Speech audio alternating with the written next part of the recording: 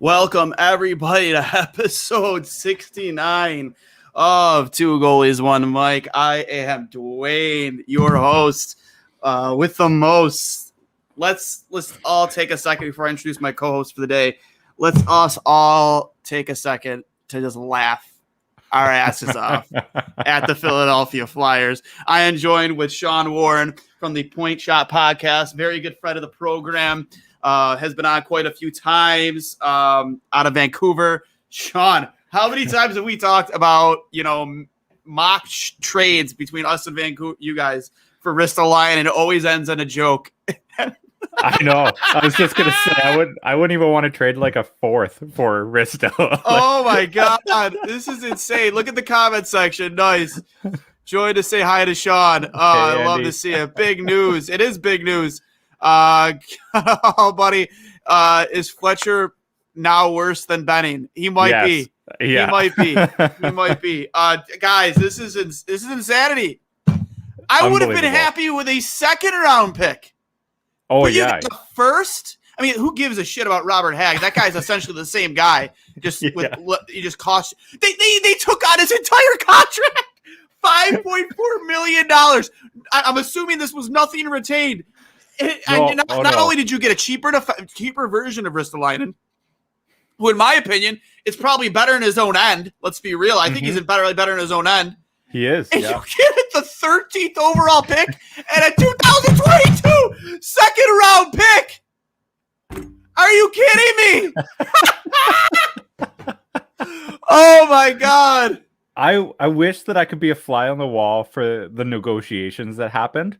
Because where do you even get to this? Well, like, how do you, if you're the Flyers, at what point do you just hang up the phone? Because that would have been like nine calls ago on this one. Like, I just love the report that Buffalo was going around telling people that if they didn't have a top 20 pick at this draft, that they didn't have a big enough offer for Ristolainen. I was like, wait, what? How many teams are in on this? So, like, what happens to Seth Jones? What happens, dude? To his value, they should be literally salivating right now at the potential of trading Seth Jones, because his value just went through the roof. Like, there isn't a draft pick high enough in value to equal Seth Jones right now, according to the Ristolainen trade. I'm going to bring it up. I'm going to try and bring it up right now. A tweet just recently, I think it was from Elliot Freeman, it was Darren Drager. I apologize. I'll read it real quick right here for you guys. If you just give me a moment to collect myself, because I just still cannot I cannot believe that that happened. That happened, guys. That happened. He's gone. Hallelujah. Hallelujah. Hallelujah. Hallelujah. Hallelujah. People are sharing the Hallelujah. Hallelujah. Hallelujah. Hallelujah. Hallelujah. Oh my God. People are sharing the gif of the puck being rung around the boards and Risto just falling and losing his stick. And it's just like the entire thread of the Flyers announcement is just this gif like a bunch of times. Right. This is wild, right? Like, this is insanity. Darren Drager reported this morning on the Instigators, our local our 2-hour show here from 10 to 12 with Andrew Peters, Craig Rivet, and Marty Barani, reported that, with Jack Eichel, don't be surprised if you see a team out of the East get really, really high on Eichel here, like a surprise team. And one of the teams was Philadelphia, was speculated. If they're making that deal for Rasmus Ristolainen, by all means, come home to daddy. Let's go. Let's do some. You're giving me that for oh yeah, let's go. What's your first round pick in next year's draft looking like? That one following that? Who else is on the table? Let's go. Fire me up. They're gonna give you freaking Giroux and 5 firsts if that's the price tag right now. like how do you even justify that return as the Flyers GM? Can't. How is that justified? You can't justify that. No. Oh Okay, my God. Even worse. Okay, look at the stuff that they sent out in the last, 2 days and what they got back. So they've sent out Shane Gostisbehere, Robert Hagg, a first being 13th overall, 2 second-round picks, and a 7th. And all they've got back to show for it is Rasmus Ristolainen. And cap space. Like, yeah, cap space. No, they don't have cap space, so they still got Not anymore. It was all for Risto. All of it. Like, that's wild, man. You're a Flyers fan. You're seeing those deals go down. It's like, oh yeah, we're freeing up cap space for somebody, right? Seth Jones, who is it? Even though they just picked up Ryan Ellis, like a phenomenal defenseman, but like you're thinking bigger, better things when you free up even more cap space when you get Gostisbehere off your books. Nope. Nope. I just want to see them like saddle poor Ryan Ellis with Rasmus Ristolainen now. And oh my God! At that point, just keep Ghost. Ghost is a better defenseman. I know, than anybody else. And he's younger and he's cheaper. I mean, granted, the contract is longer, but like, that's just wild to me, man. That's wild. Like, how is that even possible? Like, how do you get to that? Dude, just like, what? I don't know. I'm not trying to bring up the tweet. I know. I just here. Right here it is. Give me a second here. I'll bring it up for you folks. Yeah. Tweet just now from Darren Drager. It reads as follows. Lots of attention being paid to the New York Rangers, Minnesota, Anaheim, and Los Angeles as potential fits for Jack Eichel. Some rumblings Montreal could be in the mix for the Star Center. Let me tell you, man, like that return, granted, it's a defenseman, this is a center, but it all everything affects one another. Shit all rolls downhill, right? So this affects affects the return that you're going to get for Sam Reinhart and Jack Eichel. I got to say, Kevin Adams looks like an absolute genius right now. Yeah. Well, and Sam Ventura is the greatest hire the Buffalo Sabres have ever made. He's an analytic genius. Analytic genius. Right? He comes in and immediately you move Risto for this return. Like, think about it. You got more for Ristolainen than you got for Taylor Hall. Oh, my God. Right? They paid more for Ristolainen than they gave up for Ryan Ellis. That's like I'm sorry. Hold on. It's just wild. Like I don't understand. I'm glad that repeated through the thing. I'm just playing double duty here. I don't have a producer, so I'm trying to produce a show while multitasking, talking with you guys. This is I don't know, Sean. Where do you have to think 13th overall is getting flipped, right? It's getting flipped. They're gonna try. Immediately. I'm thinking Anaheim. Yeah. For what are you eyeing up in Anaheim for 13th? Could Reinhart and 13th get you 3rd overall? I think Reinhart alone should get you 3rd overall. Yeah, it could be. I don't know if I would. I'd be. Yeah, 3rd would be better. Like I'm just thinking with this draft, it's so weird, right? Like I don't think I've ever seen really a true consensus from anybody, even Bob, for what the top 10 look like, right? So being agreed. For us as in Vancouver, we've got the 9th overall. And I'm happy with 9th because I know that a good player is going to slide to me. I kind of have like a tier of 9 players that I think are going to be really, really good. And then there's a drop off, right? Yeah. So for 13th to get like another pick in that top 9, that's pretty solid, man. You constantly heard that they're big on Eklund. He had a great year this past season. And a lot of people are high on him. I'm high on him. I'm taking Power consensus 1st overall pick for me, especially after we had him last week on it first episode cool 68. Right. Like I was just extremely excited about that. And just he seems so poised, so focused and confident in himself. And he knows what he wants to do. He knows that he wants to go back to school. Which I agree with. I agree with Owen going back to Michigan. Go win a national championship. Why rush him into a situation like this? Even though things are looking like they're going to be on the up and up, Like, nope, do not want. I agree. I don't want Eichel in the Eastern Conference either. I agree. I don't want to have to deal with him. Nobody does. I mean, you would if it was like a Philly special return. Yeah, I mean, if you're getting that Philly special, hey, buying a Philly Flyers special, Eichel jersey. Philly special 2.0, not brought to you by Nick Foles. Oh my God. God, Jesus Christ. The golden point. Let's just get these comments in here. Just shot a pisser of a quote. No chance Reinhart gets third overall. He's 1 year away from UFA. But yeah, you have his right. You can do a sign and trade. 100% you can do a sign and trade. He's technically going to be an RFA.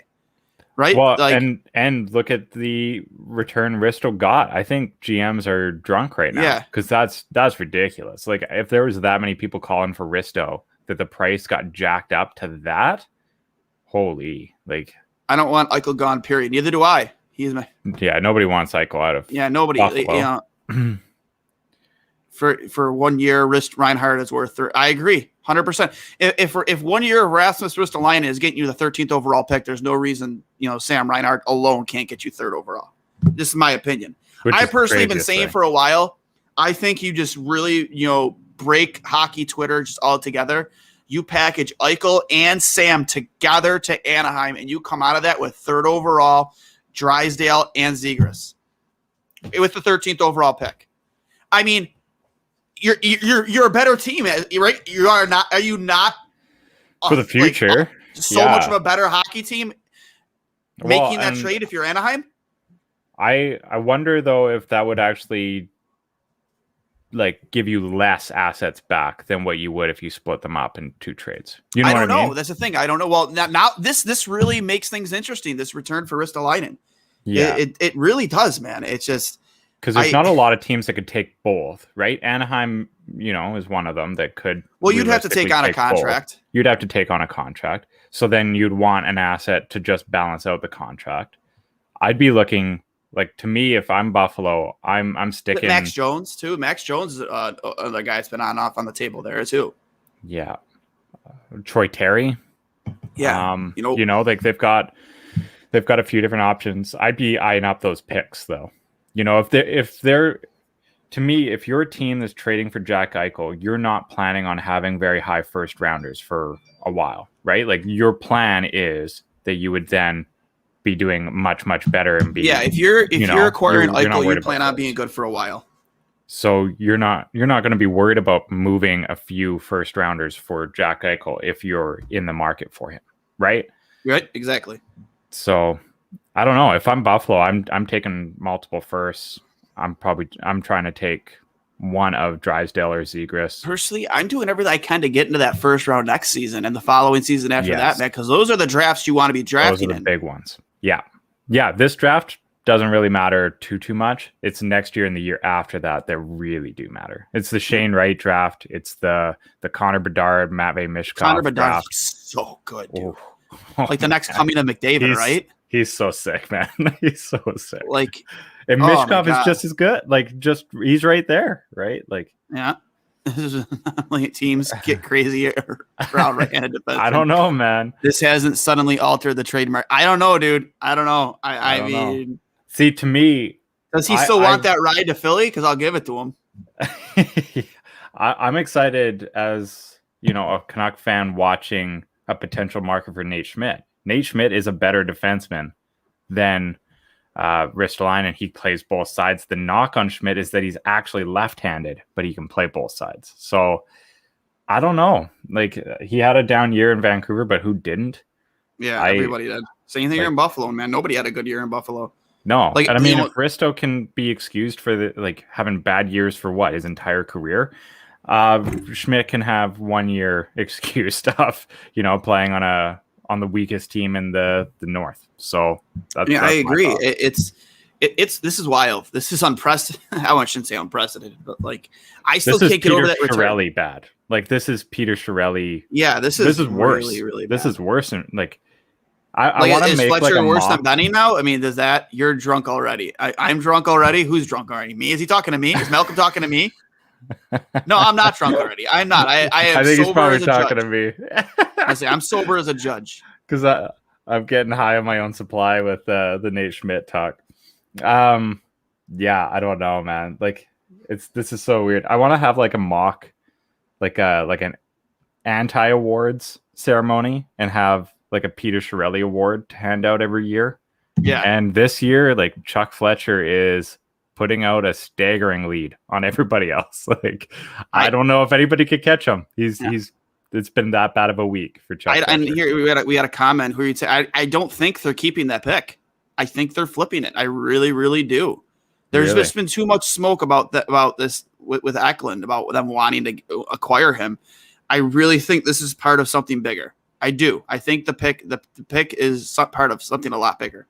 100%. You don't think that they take Eklund first overall and then jump in and take, LaSalle or something with 13th? I think Power's the guy. I think you've gone such a long time. You probably haven't had a really high IQ defenseman in Buffalo probably since the days you had like Hank Tallinder and Tony Ludman. We've been really missing that piece on our blue line, and there's nothing wrong. I mean, yeah, I get it. Maybe Owen Power isn't going to be like a 70-point defenseman like you want on your blue line. Like you hope what Darlene will develop to be. Mm-hmm. But you want to know what, man? If I'm getting a defensive version of Victor Hedman, who'll still give me 30 to 40 points a season, I'll take that all day at first overall, because every team needs that guy. Look at the team Chicago had when they were winning cups, dude. Brian Campbell was their third pairing defenseman. I know. Like they were those so cup good. Teams were ridiculous. Yeah, they were so good. I mean, there's nothing wrong with building out from your blue line too, man. Like there's nothing wrong with that, man. You want to be hard to play against at your own end. Like you don't want to. Like that's what Owen Power is. From the blue line out.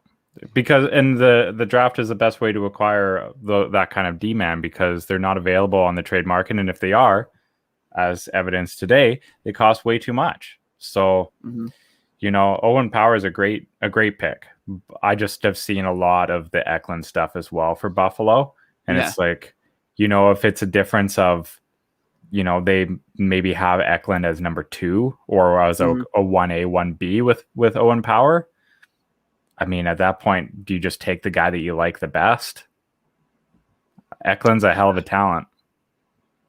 But it's going to be interesting. Like I've even seen drafts where Eklund slides all the way down to the Canucks. And I was like, oh my God, if we got Eklund at 9, I'm like, I don't think he makes it past 5.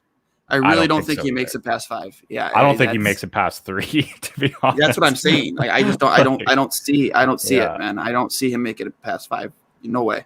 I've got Power, Beniers, and Eklund as my top 3. Pick your order, kind of 100%. Idea. I just think if you don't take Owen Power, you're making a huge mistake.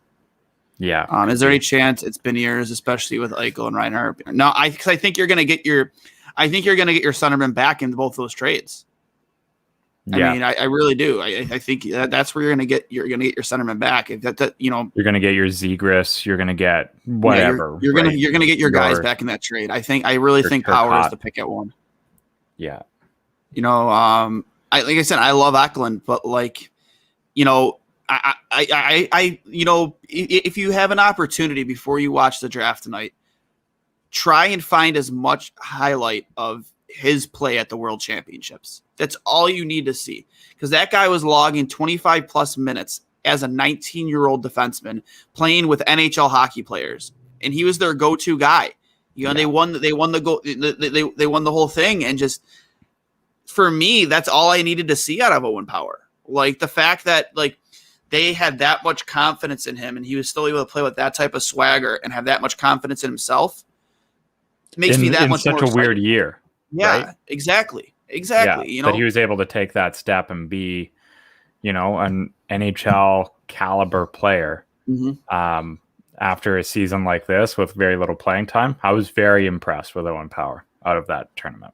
100%, and very impressed. There's one thing you can't teach, man, and he has unbelievable boots on him. He is an immaculate skater. That's not a secret. One thing you can't teach is size. He is a big guy, man. He is a man child. He is 6'6", 240, somewhere around there. He's a big boy. He's gonna get bigger. He's gonna put on more size, and you just can't teach that in players these days. You can't.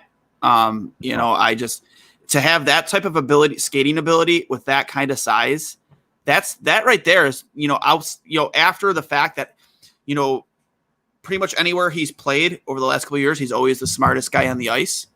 After that, that's another reason why I'm taking him at 1 is because he's just a monster. He's already a monster, and he is a phenomenal skater. You can't teach those two things. You just can't. And you hit it on the head, the coupling of the physical tools to be able to do it, but the cerebral, how he's able to think the game, that he's able to think it at such a high level. Yep. That to me is way more exciting than his physical tools. The fact that he has those physical tools just makes him that more dangerous. Like you said, you can't teach size. There's not a lot of it anymore, but for this comment, I'm not too worried about the lack of physicality at his size. It's not always about hitting, right? It's not always about hitting. It's about using that size that you have. Like look at the right spots. Yeah, look at a lot of the bigger players in the NHL. Like is Chara always the heaviest hitter on the ice? No, but he knows how to use his size to his advantage.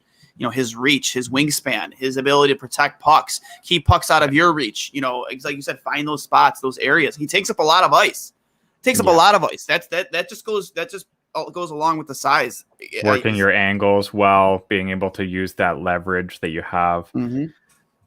It's just like Chara. For Chara, for that example, it took him a long time, right, to be able to really work into his frame. Yeah, they gave up on him in the island too, right? Like two teams gave up on him before he became what he became in Boston, and it took him a long time to really fill into his frame, get used to that, be able to use it to his advantage. A lot of these kids are coming in like Power at his size and his build, and they're able to use that right away almost. I like his idea, or I like his decision to go back to Michigan. I think that's a really smart move as well. Personally, it's like, you're going to gain a lot more experience, and it's going to be better for your development because you're going to contend immediately for a national championship. They're returning such a good team over there to Michigan because you would assume Beniers is going to go back. You would assume Johnson's going back. To bring those three guys back, you're immediately contending for a national championship, and it's just going to go a long way for his development. You go from winning a world championship to going to win a national championship, or at least contending for it. It brings a lot of that pedigree forward as well. It takes a lot to learn how to win too, and learn how to win with great players. Yeah, we haven't won Jack in over a decade, man. Like, it's a difficult thing to always show up to the rink and lose.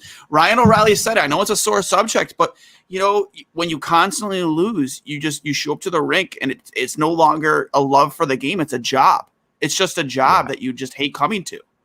Like, we've all been there. No, not everybody loves their job. Like, you hate coming to work, man. It just becomes a vicious cycle of just suck.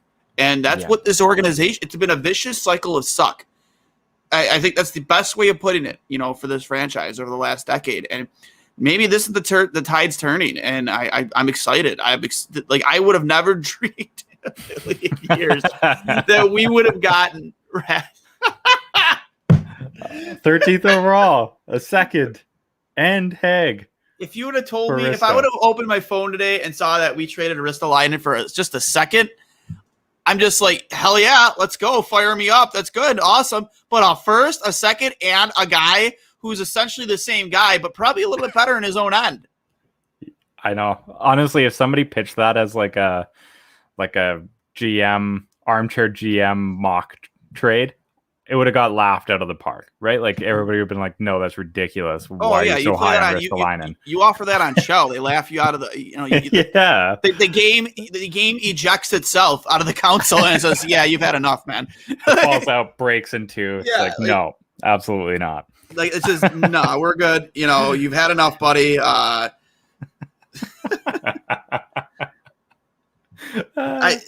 just still can't believe I can't believe that is. I mean, I'm looking at a highlight video right now of of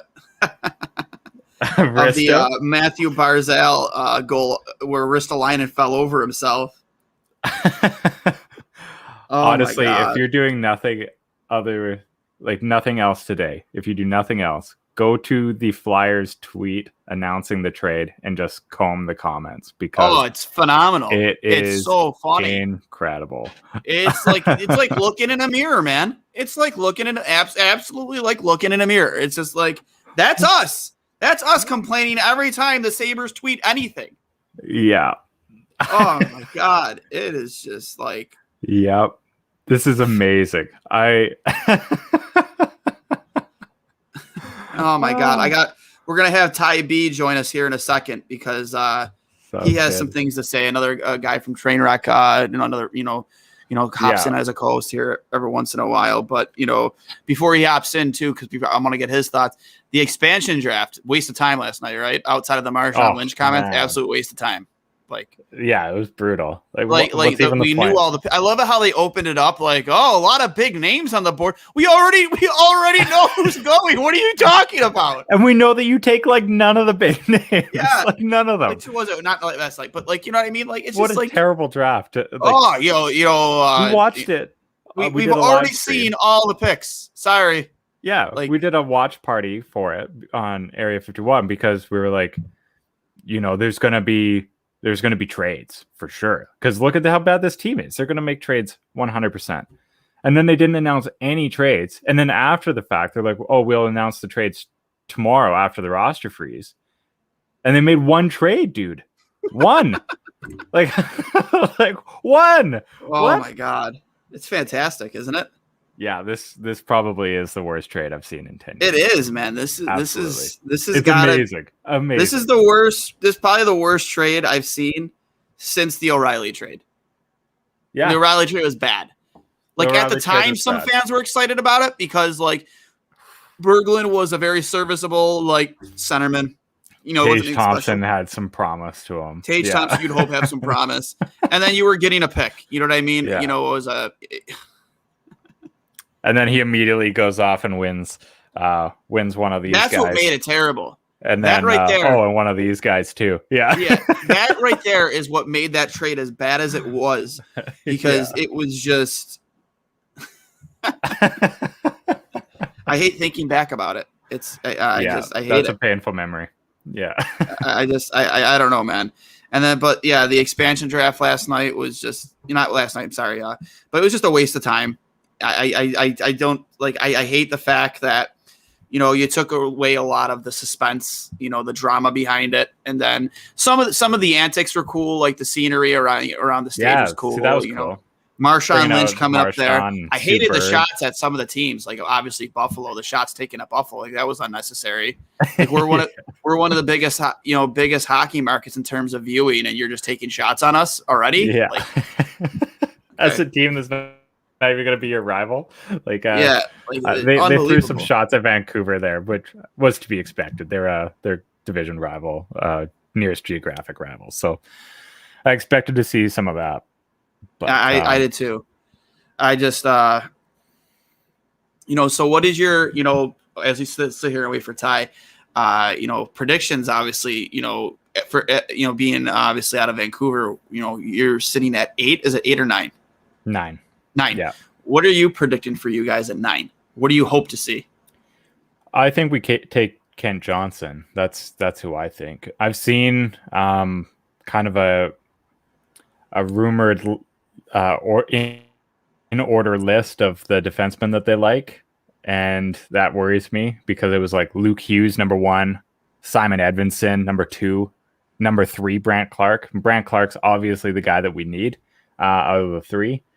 But I think we take Kent Johnson. I think those other 3 guys are gone before we pick. We end up with the Vancouver boy. And honestly, he wants to be a Canuck so bad. So I like it. I like that pick. I just hope we don't trade it. I've seen some rumors that Vancouver is very aggressively big game shopping right now, looking for something to move 9th overall for. And I'm not a fan of that idea. No. I can't think of too many players that I'd be willing to move for just pure draft pick for player. So yeah, not too thrilled about that idea. Yeah. Oh, we're joined by the mustache himself, Ty B, on Trainwreck Sports Crossing Swords podcast.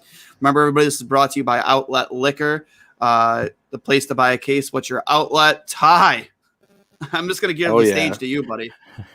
Oh, yeah. I mean, you can't ask for anything more to start draft day other than getting rid of Rasmus Ristolainen for basically like cheaper Rasmus Ristolainen that you can just play on the PK third line time. I mean, even healthy scratch him if you gotta. He's basically the same player. He gets himself into trouble trying to make some hits just like Rasmus Ristolainen does. Not a great passer, not anything offensively there. You can't really use him on the power play. Like Risto was the guy in front sometimes. I don't understand that. So we won't be seeing any of that from Robert Hagg, but getting that first round pick and a second round pick in the future is a huge, huge upgrade for the Sabres from, keeping Rasmus Ristolainen here. He's just hurting the team. You might as well get rid of him. Gives you more money to spend, plus 2 potential guys who could be NHL players down the line, Duane. I think that's exactly what you wanted from a trade out of Kevin Adams if he was going to wait this long. I agree, man. It's what's even funnier to me is me and Sean were talking about it earlier, is that they went and they got rid of Gostisbehere, the whole deal with Arizona. They're freeing up cap space, and as a Flyers fan, you're probably thinking, well, they're getting ready to make a bigger move, and then they take on Ristolainen's contract, give up a first, a second, and a guy who honestly is probably better in his own end than Ristolainen, and they take on that contract. And we retain nothing from Ristolainen, as far as I'm aware. Like there's no salary retention at all. No, I'm calling him back on any player that's ever available ever again. First team I'm calling is Philadelphia. Right? Yeah, no doubt. Yeah, they're the new Edmonton Oilers. Yeah, that's hands down the worst trade I've seen since O'Reilly. 100%. Like, am I wrong? Yeah, probably. I mean, that's got to be the worst trade I've seen since Ryan O'Reilly was dealt. And we don't like to talk about that. I mean, the Duncan Keith trade was pretty stupid, but yes, it was. But this somehow is even worse. Imagine if you're Connor McDavid though, and you show up to training camp and the team's like, "Oh, we helped our defense," and Duncan Keith and then Rasmus Ristolainen walk in, like, I would leave immediately. Oh my goodness, I'm out. I'm like, what did you give up for this? Everything. Yeah, it's been fun. Yeah. When can I get out? Can you guys buy out my contract? It would be the same exact thing that's happening with Jack Eichel right now. It's just like, it's so funny, like how their situations have been kind of mirrored in the league, where like they are so good and they continue to get so much better, and the rest of their team just falls off, just continues to lag. After the team makes move after move after move, like just can't find nothing, can't sustain anything. We saw the Oilers get a little bit of success, but what did they get with that? Absolutely nothing. Nothing. Well, and they had a little bit of success and then traded a lot of their key pieces away, right? Like immediately after they trade Hall and Eberle, like, and then they never have success ever again. They haven't won a single playoff game since. They got swept the one time they made it. So here's a question too. I know we posed this before, but now you're here, Ty. What does this do to the trade market? I know it's just Rasmus, just a line. I know there's a lot of other bigger names out there that are available. Obviously, Eichel and Reinhart. Does this affect the trade market at all, or is this just a one-off? Like, I mean, you have to think that if you're basing off the value of the player and what the return is, that the return for Eichel and Sam Reinhart just went up. No, because they're completely opposite positions. Yeah, like we were talking about defenders. So like if the premium price is being paid on right-handed defensemen because there's not many to be had out there in the trade market, it's a completely different thing. So it has, not a lot of centers either. It has no issues. So yeah, there's no centers. I think it doesn't affect their trade value though. It doesn't make it go up or down because we got more for a defenseman. I think the price should already be way higher for Jack Eichel than people have been speculating the entire time on Twitter. I laugh all the time when I see the stuff from Rangers fans. Oh, the Rangers, they're all high, man. I wish I was smoking what they're smoking, drinking what they're drinking, because I would be having the time of my life too. I'd be like, the Sabres are going to get 10 picks in the first round and the next 10 first-round picks from every team, whoever wants Jack Eichel. Like, no, it's not going to happen. Like, you got to be realistic. You're going to get a lot for him, but like, holy shit, these Rangers fans are delusional. Rangers fans seem to think that Capo Caco is completely untouchable, and I don't understand why. Like he might end or up. they throw him in and like it'll be like Capo Caco and a 3rd round pick for Jack Eichel. I'm like, Caco hasn't done anything in the league. Like Jack He has Eichel 40 came in points and in almost was 120 amazing. games. Yeah, He's in 2 seasons. He doesn't even total Jack Eichel's rookie season. yeah, and they're talking about Lafreniere being untouchable too. I don't even want to touch him. Like, what do you mean? The kid barely could do anything. He got his first goal of the season against the Sabres. I think he had another 1 or 2 against them. That doesn't prove anything to me. Most of the season he was invisible. Price starts at Lafreniere. Like that's the very beginning. Like that's the call doesn't even continue until you have Lafreniere in the trade. Like if they're thinking Kako could be a centerpiece and then you add pieces around him, like so that's hilarious, man. It'd be Kako, Lafreniere, and multiple picks. Like that's kind of what we're talking here. You guys, I'm sure some of you might be, or those watching or listening, I'm sure you guys are familiar with the urinating tree, the YouTube channel or whatever. He just sent me a text. Congratulations on fleecing the Flyers for Risto. That is unbelievable. And he's a huge Pittsburgh fan, so he has to be loving this right now. He gets to watch Crosby walk Risto in a interstate battle now for the next however long. That's fantastic. How much you want to bet they extend Risto now? Because you don't trade all that for 1 year, just the rest of Risto's term, right? Like you've got you have to extend him. And then does Risto ask for as much or more money as he was already making? Like you don't downgrade. Not after you see what they just gave up for you. Oh no, they got to value you to some degree. Yeah, they're not trading a first, a second, and a player for you to then have you take a pay cut, right? Like amazing stuff. This makes me more excited for what's to come for the rest of the day, I think the Reinhardt Hall might come today, and it might be a big one. I don't know if we're going to see Eichel get done, just because I think as we're hearing more teams like, oh, this team's in more, this team's further in, like more teams are going to dive deeper. They're going to, put more on the table. As they put more on the table, that's when, Jack's been skating. He's been doing all this stuff. He's looking all right either way.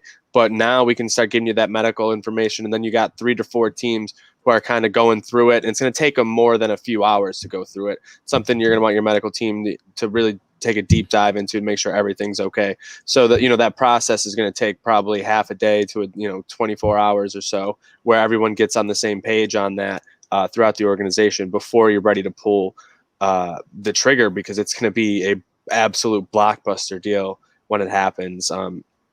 We've seen guys kind of get moved in situations like this before, Joe Thornton, Tyler Seguin, and most of the time it's kind of been like a 1-for-1, like main off. But like here, I don't think you're going to see that. I think it's going to be a big prospect deal because no one's really going to want to get rid of a top 6 center in the deal to get a top 6 center. No, I agree. And I mean, there'd be no reason for Buffalo to be wanting to get, a similar player or whatever top 6. No, and I don't think you're going to get back. like a 23, 24-year-old center, like a younger guy. Like you're not going and getting Matthew Barzal. No. I mean, it was makes. You're definitely getting a guy in the age range of like, a 20 to a 23-year-old, a guy who, is still a prospect. But your picks are going to be coming along the way. Like a Trevor Zegras and an Eichel trade is in my opinion, a very realistic return. Like that's the age, that's the type of player you're looking at, in my opinion. Well, and then the other thing too is like you said with the medical and all that type of stuff. I could see it happening more towards the end of the buyout window as well for the cap space portion, because there's going to be a lot. If you're giving up pure futures for the most part for Jack Eichel, and what's the appetite for Buffalo to take on too much bad salary back if you're giving up Jack Eichel?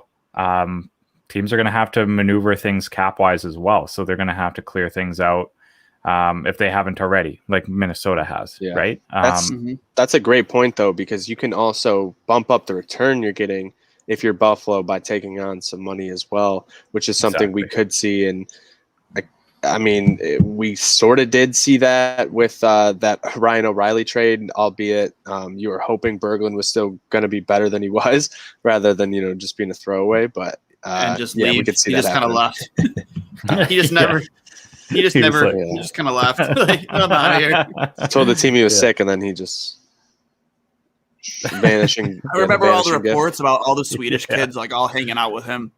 They were like calling him the Swedish Mafia. Like, it was Berglund, I think Saboka, Dali, and just the rest of the Swedish prospects just like out, like kind of taking his lead, and then he just left.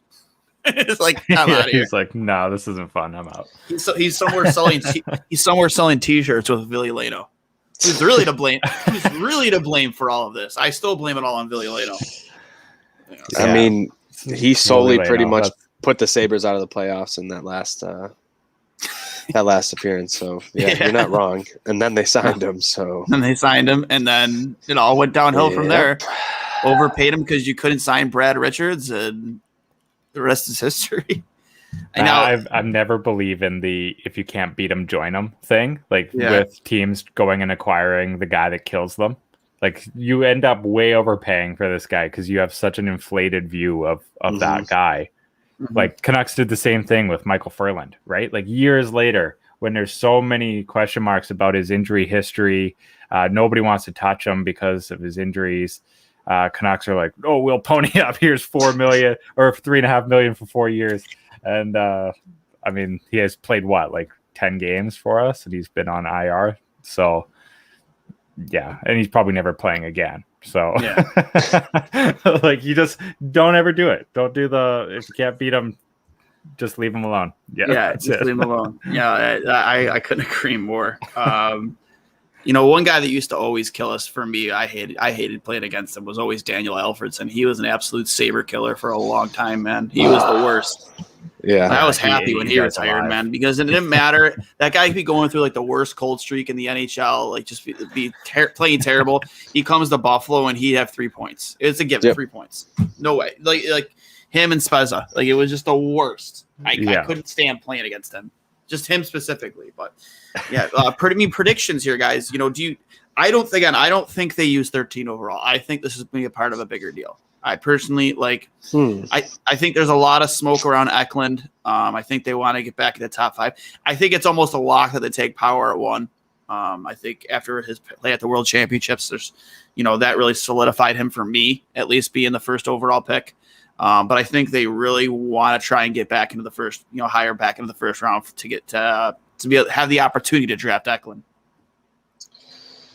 Yeah, I mean, it's entirely possible. I mean, I don't know what that package looks like to move up that much this year. If you're moving, 13, a couple other things, I don't know. Maybe it's a part of a package with Reinhart. You get, 5 or 3 or something like that, and you get some other stuff with it. Maybe I could see that, but I don't know what it would look like outside of that moving up there. But we could see them, package it in some sort of deal with Columbus, potentially, solving the goaltender position, getting a prospect or other trade or other picks along, coming back. But overall, I wouldn't be surprised if they ended up getting another pick, though, like you're saying, Duane, whether it's them moving up with 13 or them getting another pick as a part of another deal tonight.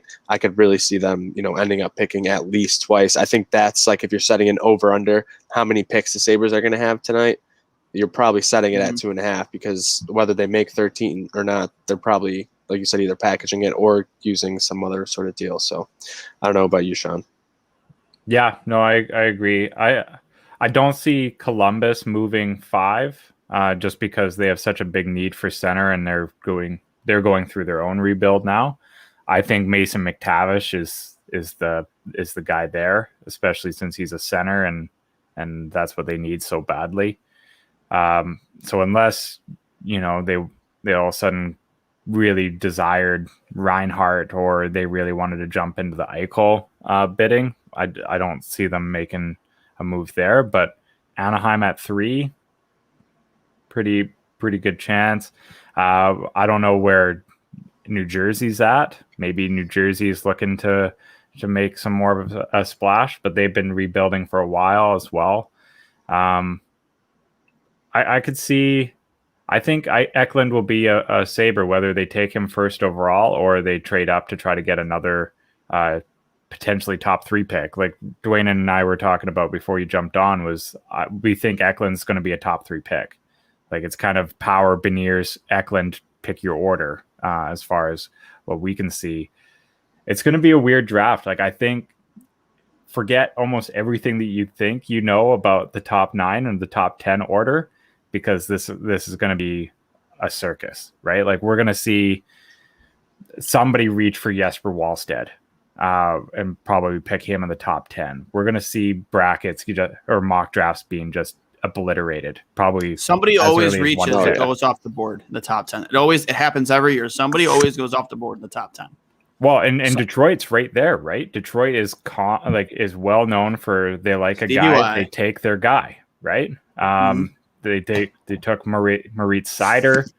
Not many people were super high on him at the time.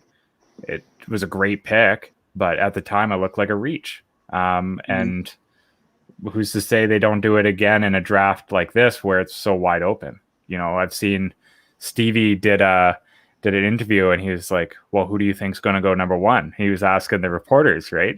And they're like, well, Power probably. And he's like, okay, I'll take your word for it, right? Like he's like, he was like, anything could happen. And I was like, that's a good thing where you're trying to get the information out of them because you're as a GM. I hope you're not paying attention to all the speculation out there, just paying attention to your draft boards. You don't care how the media and everyone else has people ranked. You don't care, what Dwayne's mock draft looks like. What you care about is, how you got your prospects ranked and how it's going to fall out in the draft and making sure you get the best talent available.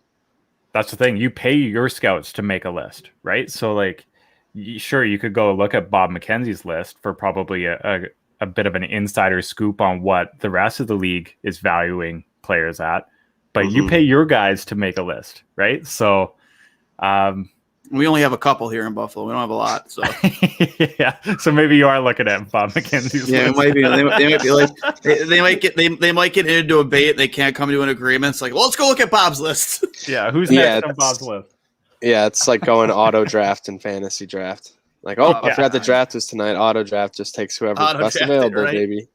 Yeah, that's perfect. Yeah, yeah.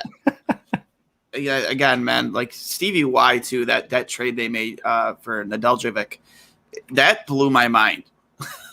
Carolina, to get a franchise type goaltender for a 3rd round pick. I mean, I'm not even talking about Bernier. That's just he's garbage. But like, well, he's a UFA. Yeah, but like that's just a throw in. But like, what? Like a 3rd round pick for a guy who was almost rookie of the year. The only goalie now under contract in Carolina makes less than $900,000. Yeah, and he was like a 5th string goalie in their system. So Carolina's going to be interesting to watch for goaltenders. So I mean, because they got to start. I mean, they've had pretty much everything else there the past few seasons, and it seems like goaltending is the one thing that lets them down, in the biggest moments, and that's the problem.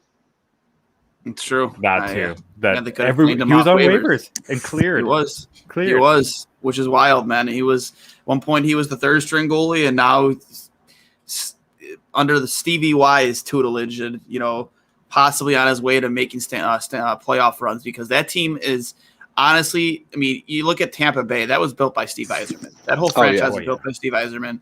And now he's looking to do the same exact thing. He's doing what I do when I play like GM mode. I like make my team so good that I end up not being able to re-sign everyone. Then I'm like, oh, this isn't fun anymore. So then I go to a bad team who has a ton of cap space and then I sign all those guys in free agency. Yeah, pretty much. Yeah, exactly. And rebuild. Well, he's got so much cap, right? Like he's got almost $50 million in cap space. He could do pretty much anything he wants, right? Yeah. So that's the tough part, though. Like, no one really good has been going to UFA the past few seasons. Not guys where you want to be throwing 6, 7, 8 million plus to, you're not really going to get that return on value. So hopefully, for his sake, a couple of these guys can reach, or else maybe you're looking at having to throw out an RFA offer. Or are you looking at, Gabriel Landeskog? Are you looking at Dougie Hamilton? The guys that. This year is kind of a weird year where some of those guys are actually going to make it to free agency. And the other part, too, is that the assets that he can acquire by taking on picks or bad contracts, rather, like to go help out his old team in Tampa, say, I'll take Tyler Johnson off your hands, but it's going to cost you Cal Foote to do it, or first to do it. Yeah. Like he ends up with a good player that he likes for a contract that they can't afford, and he gets an asset. I love this comment from a viewer in Vancouver, Stephanie at Pegnificent. I'm assuming you might know her, Sean. Yes. Tell her to float me a follow, because I'm following her, but she ain't following me back. It's kind of there rude. You go. But she said it's kind of funny. She goes, "Okay, mustache crew, can we put a stop to this madness? None of you are Ted Lasso." I was growing my mustache before Ted Lasso was a thing. Yeah, he's the Pringle man. Mustache is fantastic. Yeah, you came on and instantly beat me by a landslide. So I just grow a beard, man. I don't have a mustache. Like a mustache separates right here. Gotta be. Mine connects. Yes. Yeah, I have a mustache. You have a mustache. Yeah, that is a mustache. That is in fact a mustache. That is the mustache. That is the mustache in Western New York. Well, Buffalo, right there. You'd be hard pressed to find a better mustache in Buffalo than what Ty B is sporting. Hell, anywhere. I don't know. I might have seen maybe 2 mustaches in my lifetime that rival that. Yeah, I might have to have a mustache competition in Buffalo just so I can crown myself champion. You just make yourself the curator and the judge. It has to also be like a buffalo wing eating contest as well. That's the only bad part about the mustache being this long is eating wings. Because the sauce and the blue cheese gets in it. Yeah. Man, guys, I woke up. So then you gotta wipe it after every bite. Yeah. Yeah. I woke up so kind of depressed this morning after I forget who it was. Jimmy Hayes out of Minnesota tweeted that, expect an Eichel trade tomorrow. I'm just thinking oh, come on, man. I don't want this day to come. And then we just get hit with this blockbuster Rasmus Ristolainen deal. Oh my God. Remember Gostad got traded for a first. So I guess anything's possible, but never in a million years I thought Rasmus Ristolainen would have been dealt for a second round pick. You never know when someone gets a general manager on the phone who's drunk at the lake. And, he just made a July day. Yeah, hanging out at the cabin. Kids are getting out of hand. He's yelling. John Bailey's. Yeah, he's feeling good. Sun's beating down on him. He's been in the sun for 4 hours. Yeah. Little punch drunk from the sun and the bevies. Oh, absolutely. So I can't wait for tonight. This just makes me much, much more excited for tonight. I don't think this is the last move Buffalo makes. And if there is another move, we'll hop in live again, or at least I will, give you guys our live reactions. And, again, I'm just still blown away. Finally happened. Took way too long, but it finally happened. And I'll say too, if you guys keep 13th, there's some really good players there too, right? You can end up with a Cole Sillinger, you could end up with a Coronado. I don't know if McTavish will be around. I think he's going to go earlier. Fabian Lysell. Yeah. There's some good players that are going to be there, and depending on the reaches that happen in the top 10, there'll be reaches. Somebody's going to slide, right? And they're going to keep sliding. I remember a few years back, Oliver Wahlstrom went 13th, did he not? And I had him 5th on my board. So, it could be worth hanging on to Cole Caulfield. Look how far Cole Caulfield fell. Yeah, 15th, right? It's gonna be fun. You guys are gonna get 2 good players by the end 100%. Of this. I'm excited. If you do nothing else. I'm excited. So, but hey guys, this has been episode 69 of 2 Goalies, 1 Mike. Thanks to Ty B and Sean Warren from the Point Shot Podcast in Vancouver. Check them out on Spotify, Apple Podcasts. Great show, great group of people. And this has been brought to you by Outlet Liquor, the place to buy a case. What's your outlet? And the draft was it 7 o'clock, 8 o'clock start tonight? I forget. Just hours away. 8 o'clock your time, 5 my time. Yeah. Okay, so 8 o'clock our time. I'm excited. So, My dog is losing his mind outside. I should let him out or let him in. Sorry. But this has been episode 69 of Two Goalies, One Mike. Maybe we'll catch you later tonight. If not, I'll talk to you next week. See ya.